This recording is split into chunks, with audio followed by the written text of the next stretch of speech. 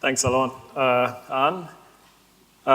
Yeah, it's a pleasure to be here. I've always wanted to come for the insakas, but I've never had an opportunity. So this is fantastic to actually be here as part of this meeting.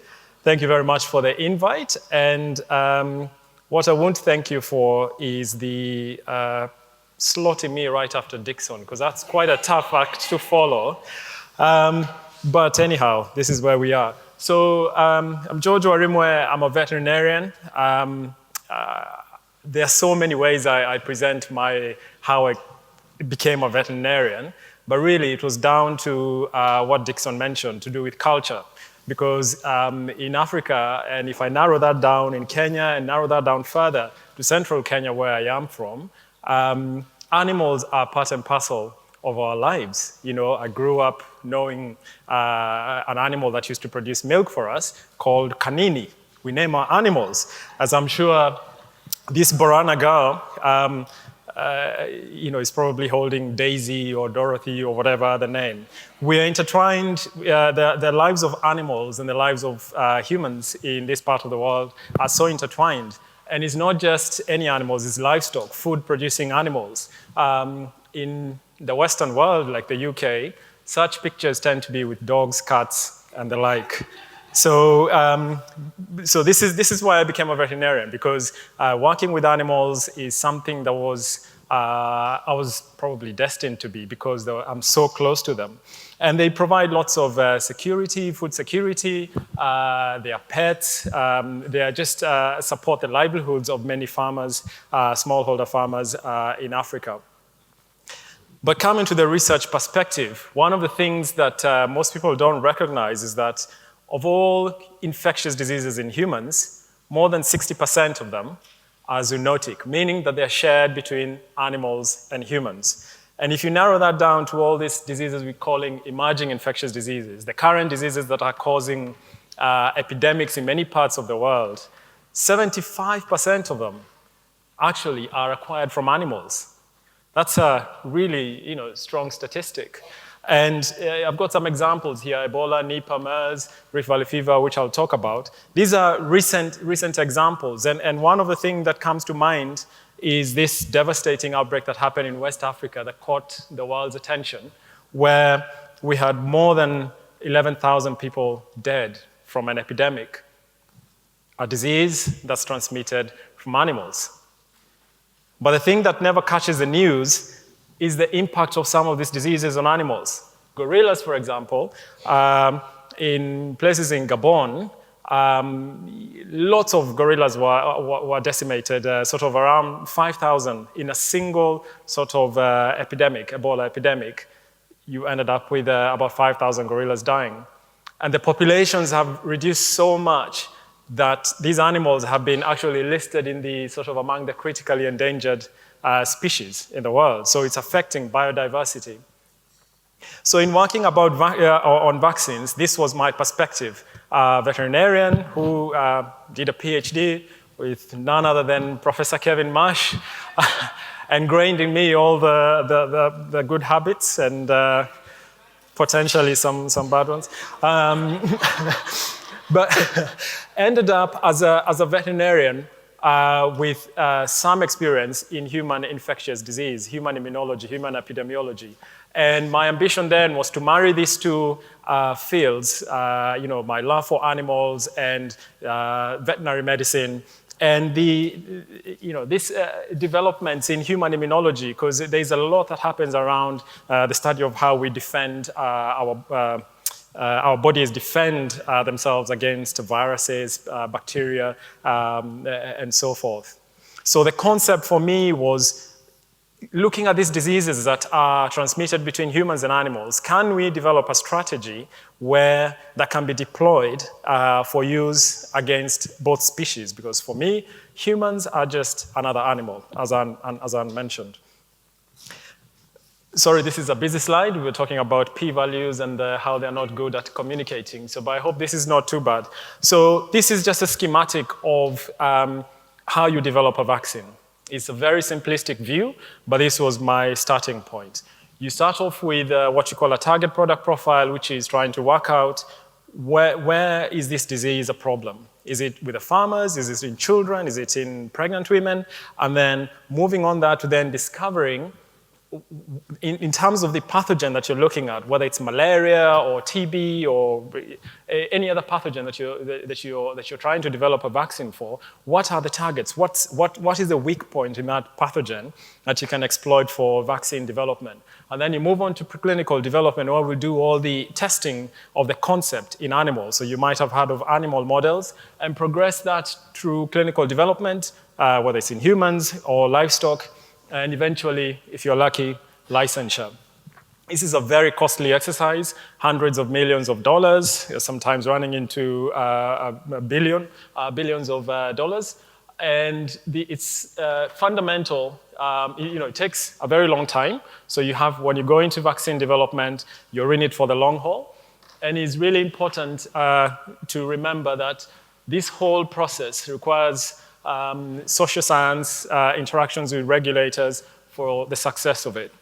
There are many vaccinologists out there, and a lot of them work in different aspects, but it is really important to remember this whole pipeline. And my ambition was to make sure that this whole pipeline is effective in Africa. Again, this is something I say to the grant funding bodies, but it holds true. So the disease I chose to work with was Rift Valley fever. This is a virus that was first discovered in Kenya, in the Rift Valley in Kenya, in the 1930s. And the way it was discovered is that there was a huge outbreak of abortion in pregnant sheep. But what then ensued afterwards, and this is just cutting the whole story short in terms of the progression of the disease and the impact of disease in the different species, is you get these clinical symptoms that involve fever, yellowing of the eyes, and that's jaundice, and bleeding tendencies. Among pregnant women, you get miscarriage. This is recently been shown in Sudan.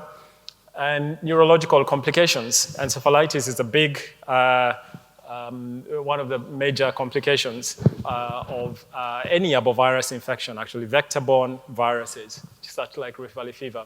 And death. Case fatality varies anywhere from 30% to 75%, depending on what study you're looking at. And very high case fatality rate, 75%, that's in a study that was done in Tanzania among HIV-positive participants. There's not many such studies. So you can then start to think about the target product profile. You can see there are many people many different features of the disease that a vaccine needs to protect against. And then, of course, you still have the abortion storms. So basically, when there's an outbreak, more than 90% of your animals are going to abort. It's that, and of course, with deaths. Again, more than 90% of your young animals are going to die if you have this outbreak on your farm. So when thinking about developing a vaccine, so when you look at the literature, and I'll start with a quiz here. So if you can identify one of these model humans here, I'm sure they'll buy you a beer. Whoever can identify one of the model humans here, you'll get a beer, courtesy of him, of course. So, but the current field, the status of the RVF field at the moment, Rift Valley fever vaccine development field, is that you think about vaccine development for animals and vaccine development for humans. Think about the costs. I talked about hundreds of millions of dollars for each of these products. It's the same virus. There's nothing different. It's just the same virus causing disease in these two species. And so my great idea, of course, why don't we just develop one vaccine that can be deployed against all these species? And of course, the biggest problem, this is a virus that causes outbreaks predominantly in Africa.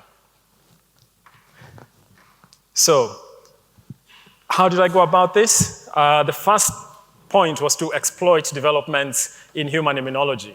Human immunology is a lot more advanced than veterinary epidemiology, veterinary immunology. There's not many vets who are studying immunology in humans. and vice versa. I mean, in fact, I don't think I've come across a medic who's doing a veterinary-related research area. So what I did was take a platform, basically a vaccine delivery platform that was used and developed for human indications, malaria, TB, and others, and use that to construct my Rift Valley fever vaccine by inserting basically the gene that's responsible for eliciting an immune response. So I talked about the weak point of the pathogen. I took that, put it in this delivery platform, did things in the lab. This sort of whittles down maybe 3 years of work and ended up with a construct ready to test. Dixon mentioned something about the names that we used in our communication. I did terribly badly by calling it Chadox1 RVF. I mean, that's the name of a vaccine. Yeah, maybe next time I'll have some better sort of inspiration. But this one has already sailed. But basically, here we are. We started with the preclinical discovery, made the vaccine in the lab.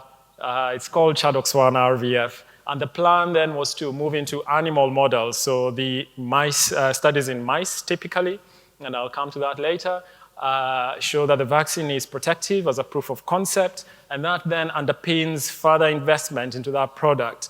So all these stages are go, no go stages, because you don't want to end up to doing human trials with a product that wasn't very promising down there, given the cost that's involved. But that was the strategy. Again, a slide summarizing lots of experiments over different years. So we start by sampling the animals before vaccination and recording that data, measuring the immune response before vaccination, then vaccinating them, looking at the antibody response, the response that we know that prevents infection with the RVF virus, and then inferring protection by exposing these animals deliberately with the RVF virus. We've done several studies like those, and the vaccine, first of all, is safe. It doesn't cause any untoward effects in the animals, and it is protective. Now, it is protective in the animal breeds that are present in Kenya, which is where the virus was discovered. We've had the biggest number of outbreaks over the years. So it is relevant to the animals that most need it, in terms of the target population that most need it. We've recently shown that the vaccine is also protective against fetal loss, against abortion in sheep and goats. Again, a big target for this population.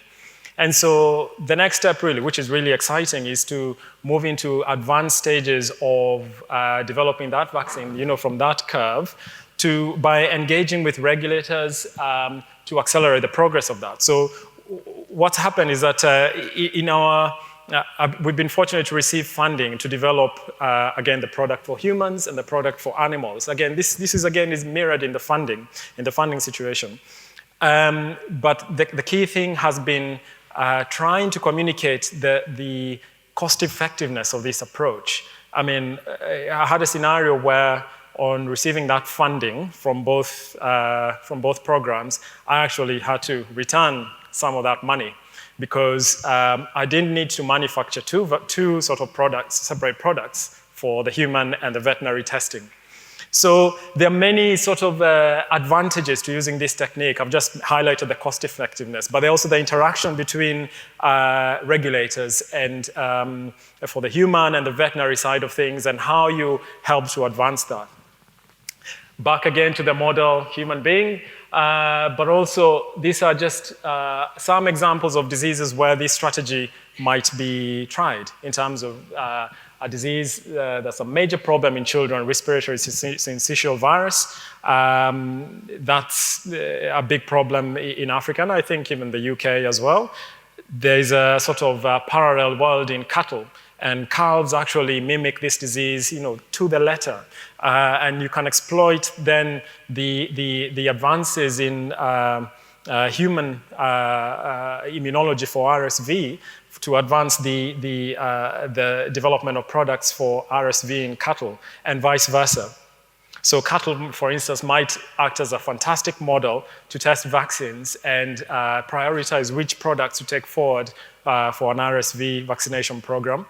Middle East respiratory syndrome, this is something, again, some of you will know about, comes from camels, transmitted into humans. Again, one that's very prime for using a One Health, this whole One Health vaccine development approach. So I mentioned I'm working in Kenya, and one of the key things that, we reviewed this, I think a couple of years ago now, about the capacity for Africa to conduct early stage vaccine development. Somebody raised something about intellectual property. So most of the vaccines that we test in Africa have been developed elsewhere. And that's what this plot shows. So on that side, you got the human and the veterinary at the bottom. If you focus on the vaccine trials, those are trials anywhere from phase 1 to phase 4. And these are products that have initially gone through that development, preclinical development, testing in mice, the original iterative process of working a formulation that's showing very good proof of concept. And then once that's done, that data is then used to get intellectual property, after which the product then is tested in Africa against diseases that are predominantly endemic in Africa. Malaria, TB, and all that. I mean, there's a whole lot of products that have gone through the same profile. But then when you look at manufacture, for instance, there's only 4 institutes that, in the whole of the continent that do any sort of meaningful manufacture or vaccines. So we are missing out here in terms of the benefits that come from a biotech sector. If you're commercializing your products, we're missing out on intellectual property, whereas the burden is actually predominantly in Africa. CEPI, Coalition for Epidemic Preparedness Innovations, is a recent organization that's come to tackle that gap specifically for epidemic diseases. Ebola, CCHF, and many others, Rift Valley fever. Again, diseases that were first discovered in Africa, and then we're still relying, I say we loosely, we're still relying on sort of others. I wish there were politicians in this forum. We're still relying on others to sort of see this gap and start sort of stimulate some investment. And I can tell you for sure, most of the groups that are developing products for these diseases that are listed by this sort of leading organization are not from Africa. But the products are meant for Ebola and other diseases that are predominantly in Africa. So we really do need to a huge shift. And this affects both human and veterinary. Surprisingly, there's a lot more capacity for vaccine manufacture for veterinary use. And the main reason here is because this is handled by ministries of health. And potentially it seems like maybe it's not a very expensive venture compared to the human veterinary manufacture, but also it sort of reflects our reliance on agriculture as a continent. So it is possible to do this from the veterinary perspective. I think we need to do more from a human perspective, and specifically on intellectual property, we need to invest more in terms of preclinical studies. This is an awful statistics. Of all the mouse studies over a 10-year period, mouse studies in vaccines, only 0.3% came from the entire continent. We can do better. And of course, we can do better because our lives, our livelihoods, so small-scale farmers and children, and just well-being, because animals bring that as well, depends on it. So this is just a challenge for us to think about how we can exploit advances in things that have happened in the veterinary world and the human world to sort of advance vaccine development against the current global health threats. And of course, most of the work I do involves multiple partners. This is by design. Vaccine development is very multidisciplinary, and lots of funding from all the different organizations listed there. Thank you.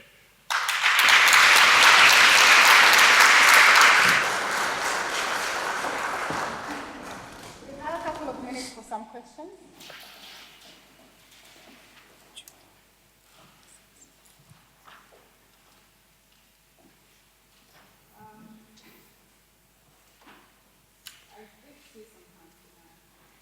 It was obviously very well explained.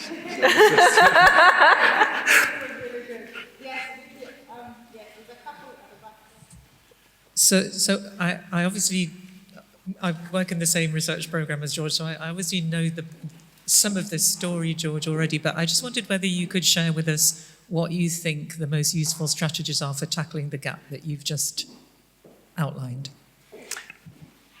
I think part of it goes back to Dixon's talk about talking about the work. I mean, I'm impressed. Dixon does opinion ads, is it every month? One every month or something? Yeah. But anyway, so just talking about it regularly, because what I discovered, and in working with the vaccine regulators for both the human and the veterinary programs, is they actually don't know that this can be done in Kenya. It's actually first getting over that hurdle, communicating that this is research that you can do in Kenya. And then once you do that, then getting them engaged in the whole process of doing that and seeing that it's just, it's like any other sort of scientific sort of research program. And once you get that buy-in, then they sort of are like your advocates in the different fora that they sit in. But then I think this can only work if you have buying from national government sort of support that, because it is a costly exercise. And whenever you have government buying to a certain program of work, then that also tends to attract more funding, and because they see that this is something sustainable. Yeah. George, Hugh Ward, are you aware that the African Academy of Science has just initiated a clinical trials platform? So I yes. think it might be appropriate that Peter's here. It might be appropriate to speak to Peter about yes. extending it to veterinary. And then the other part of the question was, is there a way of amplifying the effect that you have from a vaccine by increasing the education of the farmers so that they make the disease less likely to happen in the first place? Yeah, I mean, I think there are multiple factors that actually underpin RVF outbreaks. But the thing about farmer education, you will have to start from the regulator perspective, because what we're dealing with here are not the old school sort of mashup of virus that you then inject into an individual. These are they would be classed as genetically modified organisms. That's a whole other topic in things that we are working in. But that starts with speaking to the regulators, because I think for the farmer, as long as they see that the intervention is having an impact on the health of their animals and their productivity, I mean, I think they'll be all for it. Yeah. At the back there. Oh yeah, there's one, and then at the back. Okay. George, Sam Kinyanjui from the Cameroon Research Program. So you've mentioned a very key thing is engaging with the government, engaging with ministries, and a lot of the language they understand is money. So I know you may not have precise figures, but can you contrast between the cost of this process and the economic loss that arises from these diseases? For example, so far, how much has had to be invested in to the point where you've reached? Yeah. I mean, I think it will be, so far it will probably be somewhere tens of millions of pounds. But I think that you have to balance that against the actual impact on not just what is measurable, the mortality and impact on GDP and so forth. There's also the psychological suffering, for instance, that come from it. Animals are not just something that you get milk from and sell and you get income. There's also that sort of well-being aspect of it that comes from just having animals with you, and because of how closely we live with the animals. But the one metric that was measured in the last major epidemic that's in 2006, 2007 is that the average cost of disease from RVF for each household was about $120. So if you contrast that with what is, that the average income is about $2, that's huge. And again, related to things like, again, I'm going to keep going back to Dixon's talk, but the cost, or some of these costs are just prohibitive. How do you access care when that's cost however much and you only earn $2? Yeah.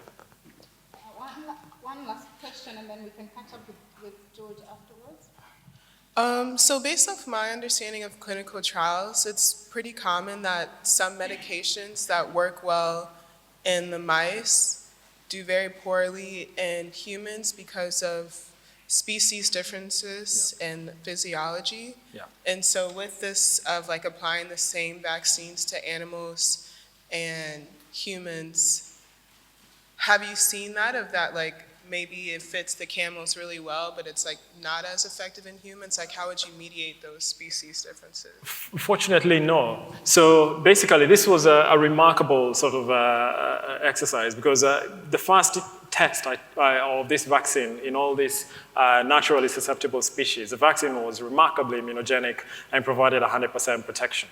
So what we are now doing with, this is one of my DPhil students, is to look at the differences in how the immune response between the different species, because they have different IgG structures. The structure of the antibody is different in camels compared to cattle. So for some reason, it's much easier to elicit, for instance, broadly neutralizing antibodies against HIV in cattle than you do it in mice.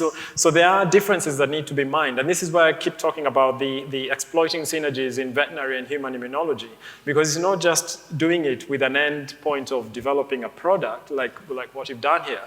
It's also the parallels of the immune response and the responses to bacteria, viruses, and other pathogens. Yeah.